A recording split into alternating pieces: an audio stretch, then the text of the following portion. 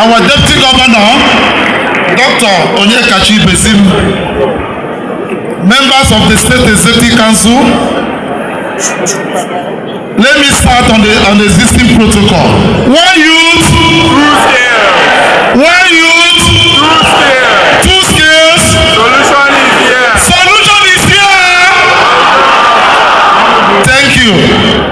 It is with immense satisfaction that I celebrate this remarkable milestone in our journey towards youth empowerment and economic transformation in Anambra State. Today marks the graduation of 8,300 young entrepreneurs from this landmark entrepreneurship scheme. This shows almost 49% increase from our pioneer batch and a vivid demonstration of the unwavering commitment of Mr. Governor, Prof.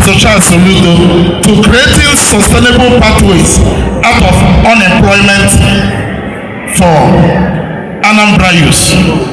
This is very massive and the first of its kind in the history of entrepreneurship education in Africa.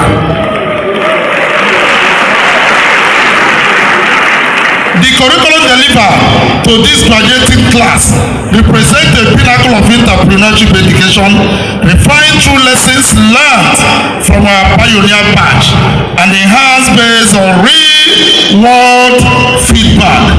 This collaboration with UNIC Business School has produced a world-class training framework that maintains exceptional quality standards while emphasizing practical applicability and local relevance. These counterbalance many skills. We have the marketing skills, production skills, human resources management skills, business planning, plan writing skills, and a lot of them. Because of want of time, I won't mention all of them here.